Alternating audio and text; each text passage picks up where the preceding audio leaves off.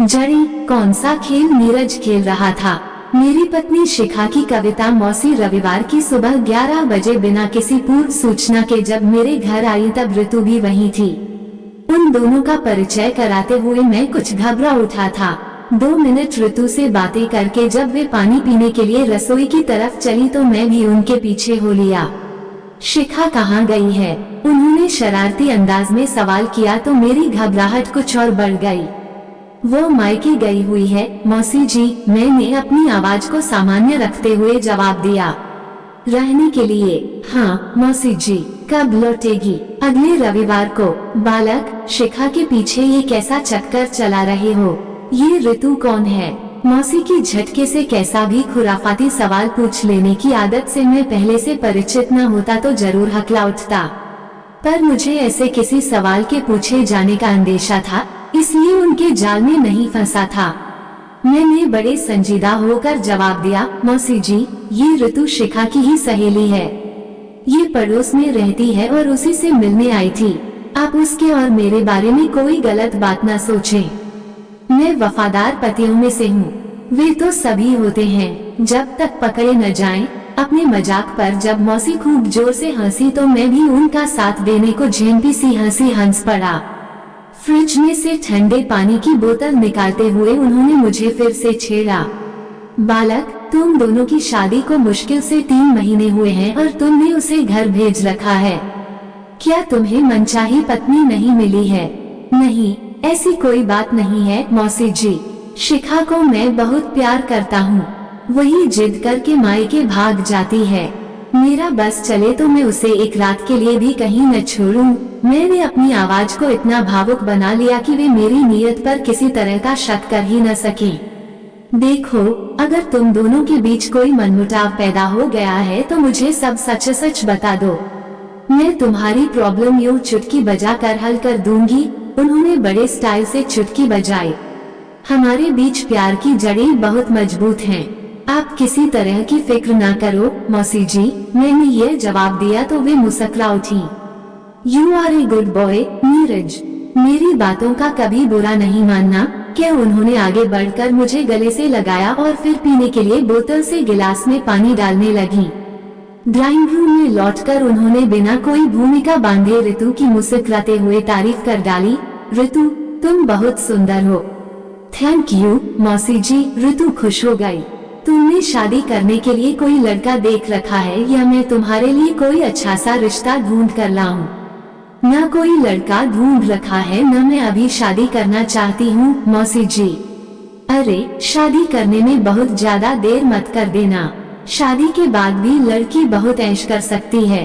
फिर कभी भी ऐसा भी हो जाता है कि बाद में अच्छे लड़कों के रिश्ते आने बंद हो जाते हैं। मेरी सलाह तो यही है कि तुम शादी के लिए अब फटाफट हाँ कर दो। आप इतना जोर देकर समझा रही हैं तो मैं राजी हो ही जाती हूँ मौसी जी। अब आप ढूंढ ही लाइए मेरे लिए कोई अच्छा सा रिश्ता। उसने नाटकीय ढंग से शर्माने का भैया अभिनय किया तो मौसी जी खिलखिलाकर हंस पड़ी। तुम सुंदर होने के साथ साथ स्मार्ट और आत्मविश्वास से भरी हुई लड़की भी हो। तुम जिसे मिलोगी वह सचमुच खुशहाल इंसान होगा। मौसी जी ने भावविभोर हो उसे प्यार से गले लगाकर आशीर्वाद दिया और फिर अचानक पूछा, तुम कौन सा सेंट लगाती हो ऋतु? बड़ी अच्छी महक आ रही है। ये सेंट मैंने आचीज की शॉप से लिया है मौसी जी।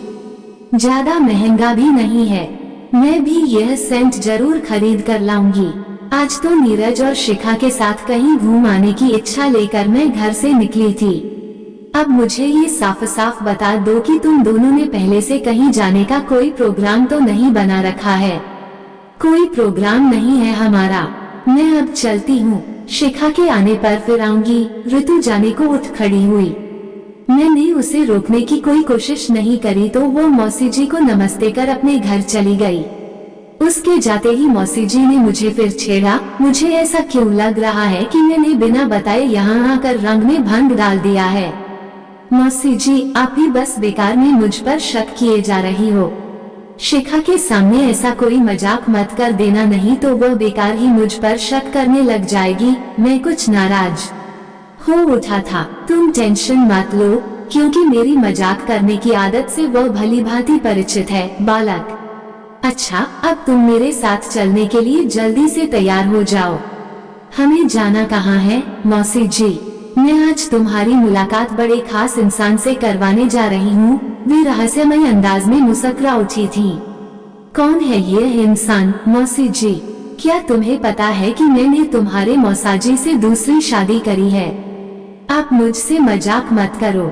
मैं चौंक पड़ा। अरे, मैं सच बता रही हूँ। अपनी पहली शादी के 6 महीने बाद ही मैंने अपने पहले पति राजीव से तलाक लेने का मन बना लिया था। क्यों? कारण बाद में बताऊंगी। हम उन्हीं से मिलने चल रहे हैं। आप उनसे मिलती रहती हैं? हाँ, आज के दिन तो जरूर ही मैं उनसे मिलने जाती हूँ, क्योंकि आज उनका जन्मदिन है। तलाक होने के बावजूद उनसे आपने अपने संबंध पूरी तरह से खत्म नहीं किए हैं। करेक्ट। बस ये और समझा दो कि आप मुझे उनसे क्यों मिलाने ले चल रही हैं। अरे, अपने भूतपूर्व पति से अकेले मिलने जाना क्या मेरे लिए समझदारी की बात होगी? पता नहीं शराब पीकर मारपीट करने का शौकीन वो बंदा किस मूड में हो। अपनी हिफाजत के लिए मैं तुम्हें साथ ले जा रही हूँ बालक। इसका मतलब ये हुआ कि उनकी शराब पीकर मारपीट करने की आदत के कारण आपने उन्हें तलाक दिया था। ये नंबर 2 पर आने वाला महत्वपूर्ण कारण था। और नंबर 1 वाला कारण क्या था? वो कारण तुम्हें उनसे मिलाने के बाद बताऊंगी। उन्होंने इस विषय पर आगे कोई चर्चा न करते हुए मुझे तैयार हो जाने के लिए बेडरूम की तरफ धकेल दिया था। घंटे भर बाद घंटी बजाए जाने पर मौसी जी के पहले पति राजीव के घर का दरवाजा उनके पुराने नौकर रामदीन ने खोला। वो मौसी जी को पहचानता था। मैंने नोट किया कि वो उन्हें देखकर खुश नहीं हुआ। मौसी जी उससे कोई बात किए बिना ड्राइंग रूम की तरफ बढ़ गईं। Happy birthday. मौसी जी ने जब अपने भूतपूर्व पति को विश किया तो वे जबरदस्ती वाले अंदाज में मुस्कुराए। थैंक यू कविता। वैसे मेरी समझ में नहीं आता है कि तुम हर साल यहाँ आकर मुझे विश करने का कष्ट क्यों उठाती हो। उन्होंने मौसी को ताना सा मारा। रिलैक्स राजीव, हर साल मैं आ जाती हूँ, क्योंकि मुझे मालूम है कि मेरे अलावा तुम्हें विश करने और कोई नहीं आएगा। मौसी जी ने उन की बात का बुरा माने बगैर आगे बढ़कर उनसे हाथ मिलाया। ये भी तुम ठीक कह रही है। ये कौन है? उन्होंने मेरे बारे में सवाल पूछा। यह नीरज है, मेरी बड़ी बहन अनिता की बेटी शिखा का पति। मौसी जी ने उन्हें मेरा परिचय दिया तो मैंने एक बार फिर से उन्हें हाथ जोड़कर नमस्ते कर दी। उन्होंने मेरे अभिवादन का जवाब सिर हिला कर दिया और फिर ऊंची आवाज में बोले, रामदीन, इन मेहमानों का मुंह मीठा कराने के लिए फ्रिज में से रसमलाई ले आ। तुम्हें मेरी मनपसंद मिठाई मंगवाना हमेशा याद रहता है। तुमसे जुड़ी यादों को भुलाना आसान नहीं है कविता। खुद को नुकसान पहुंचाने वाली मेरी यादों को भूला देते तो आज तुम्हारा घर बसा होता। तुम्हारी जगह कोई दूसरी औरत ले नहीं पाती। मैंने दोबारा अपना घर संसार ऐसी सोच के कारण ही नहीं बसाया कविता रानी। मुझे भावुक करके शर्मिंदा करने की तुम्हारी कोशिश हमेशा की तरह आज भी बेकार जाएगी राजीव। मौसी जी ने कुछ उदास से लहजे में मुस्कुराते हुए जवाब दिया। मैं फिर से कहती हूँ कि मुझ जैसी बेवफा पत्नी की यादों को दिल में बसाए रखना समझदारी की बात नहीं है। ये छोटी सी बात मैं तुम्हें आज तक नहीं समझा पाई हूँ। इस बात का मुझे सचमुच बहुत अफसोस है राजीव। मौसी जी ने खुद को बेवफा क्यों कहा था, इसका कारण मैं कतई नहीं समझ सका था। तभी राजीव अपने नौकर को कुछ हिदायत देने के लिए मकान के भीतरी भाग में गए तो मैंने मौसी जी से धीमी आवाज में अपने मन में खलबली मचा रहे सवाल को पूछ डाला, आपने अभी अभी अपने को बेवफा क्यों कहा? मेरी आंखों में संजीदगी से झांकते हुए मौसी जी ने मेरे सवाल का जवाब देना शुरू किया। नीरज, हमारे बीच जो तलाक हुआ उसका दूसरे नंबर पर आने वाला महत्वपूर्ण कारण तो मैं तुम्हें पहले ही बता चुकी हूँ। इन्हें दोस्तों के साथ आए दिन शराब पीने की लत थी और मुझे शराब की गंध से भी बहुत ज्यादा नफरत थी। मैं इस कारण इनसे झगड़ा करती तो ये मुझ पर हाथ उठा देते थे। तब मैं रूठकर मायके भाग जाती। ये मुझे जाने देते क्योंकि इन्हें अपने दोस्तों के साथ पीने से रोकने वाला कोई न रहता। फिर जब मेरी याद सताने लगती तो मुझे लेने आ जाते। मेरे सामने कभी शराब न पीने वादा करते तो मैं वापस आ जाती थी, लेकिन इनके वादे झूठे साबित होते। शराब पीने की लत हर बार जीत जाती। हमारा फिर झगड़ा होता और मैं फिर से मायके भाग आती। ये सिलसिला करीब 3 महीने चला और फिर अमित मेरी जिंदगी में आ गया। अमित कौन? जो आज तुम्हारे मौसाजी हैं, उन्हीं का नाम अमित है, नीरज। वे मेरी एक सहेली के बड़े भाई थे। उनकी पत्नी की सड़क दुर्घटना में मौत हो गई थी। उन्होंने जब मेरे दाम्पत्य जीवन की परेशानियों और दुखों को जाना तो बहुत गुस्सा हो उठे। मेरे लिए उनके मन में सहानुभूति के गहरे भाव पैदा हुए। पहले वे मेरे शुभचिंतक बने, फिर अच्छे दोस्त और बाद में हमारी दोस्ती प्रेम में बदल गई। नीरज, ये राजीव भी दिल के बहुत अच्छे इंसान होते थे।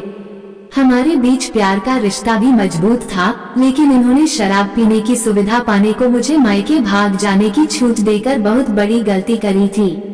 विधुर अमित ने इस भूल का फायदा उठाकर अपना घर बसा लिया और राजीव की गृहस्थी ढंग से बसने से पहले ही उजड़ गई। राजीव ने मेरे सामने बहुत हाथ जोड़े थे, छोटे बच्चे की तरह बिलख कर रोए भी, पर मेरे दिल में तो इनकी जगह अमित ने ले ली थी। मैंने अमित के साथ भविष्य के सपने देखने शुरू कर दिए थे। मैंने इनके साथ बेवफाई करी और ये हमारे बीच तलाक का पहला और मुख्य कारण बन गया। मैं मानती हूँ कि मैंने राजीव के साथ बहुत गलत किया।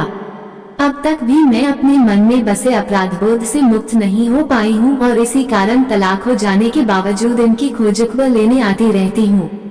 क्या अब तुम समझ सकते हो कि मैं तुम्हें आज यहाँ अपने साथ क्यों लाई हूँ?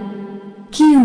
बात कुछ मेरी समझ में आई थी और इसी कारण मेरा मन बहुत बेचैन हो उठा था। तुम भी वैसे ही मिस्टेक कर रहे हो जैसी कभी राजीव ने करी थी। ये बेरोक-टोक शराब पीने की खातिर मुझे मायके भाग जाने देते थे और तुम ऋतु के साथ ऐश करने को शिखा को मायके जाकर रहने की फटाफट इजाजत दे देते हो। कल को मेरा ऋतु के साथ किसी तरह का चक्कर, मुझसे झूठ बोलने का क्या फायदा है? नीरज, मैंने तुम्हें रसोई में और ऋतु को ड्राइंग रूम में गले लगाया था। तुम्हारे कपड़ों में से ऋतु के सेंट की महक बहुत जोर से आ रही थी और तुम भला लड़कियों वाला सेंट क्यों प्रयोग करोगे? मैं अपनी भूल स्वीकार करता हूँ मौसी जी, और ज्यादा शर्मिंदगी से बचने के लिए मैंने उन्हें टोक दिया और फिर तनावग्रस्त लहजे में बोला, पर आप मुझे एक बात सच बताना कि क्या मायके में रहने की शौकीन शिखा का वहाँ किसी के साथ चक्कर चल रहा है? नहीं बालक, मगर ऐसा कभी नहीं हो सकता है, इसकी कोई गारंटी नहीं। ऋतु के साथ मौज करने के लिए तुम जो अपने विवाहित जीवन की खुशियों और सुरक्षा को दांव पर लगा रहे हो, वह क्या समझदारी की बात है? कल को अगर कोई अमित उसकी जिंदगी में भी आ गया तो क्या करोगे?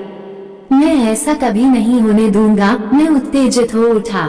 राजीव ने भी कभी मुझे खो देने की कल्पना नहीं करी थी। नीरज, जैसे मैं भटकी वैसे ही शिखा क्यों नहीं भटक सकती है? मैं उसे कल ही वापस। कल क्यों? आज ही क्यों नहीं? बालक, हाँ आज ही, अभी ही क्यों नहीं निकल जाते हो उसे अपने पास वापस लाने के लिए? अभी चला जाऊं? बिल्कुल जाओ बालक, नेक काम में देरी क्यों? तो मैं चला मौसी जी। मैं आपको विश्वास दिलाता हूँ कि शिखा के साथ आपसी प्रेम की जड़ें मैं बहुत मजबूत कर लूंगा। मेरी आंखें खोलने के लिए बहुत बहुत धन्यवाद। कह मैंने उनके पैर छुए और फिर लगभग भागता सा शिखा के पास पहुंचने के लिए दरवाजे की तरफ चल पड़ा। आपको ये कहानी कैसी लगी हमें कमेंट कर जरूर बताएं। इसी तरह की अच्छी कहानियाँ आप यहाँ पर पढ़ सकते हैं। यहाँ उपस्थित शिक्षाप्रद कहानियाँ आपका मनोरंजन करने के साथ दिशा भी देंगी। तो बने रहिए हमारे साथ और हमारे प्रयास को सफल बनाएं।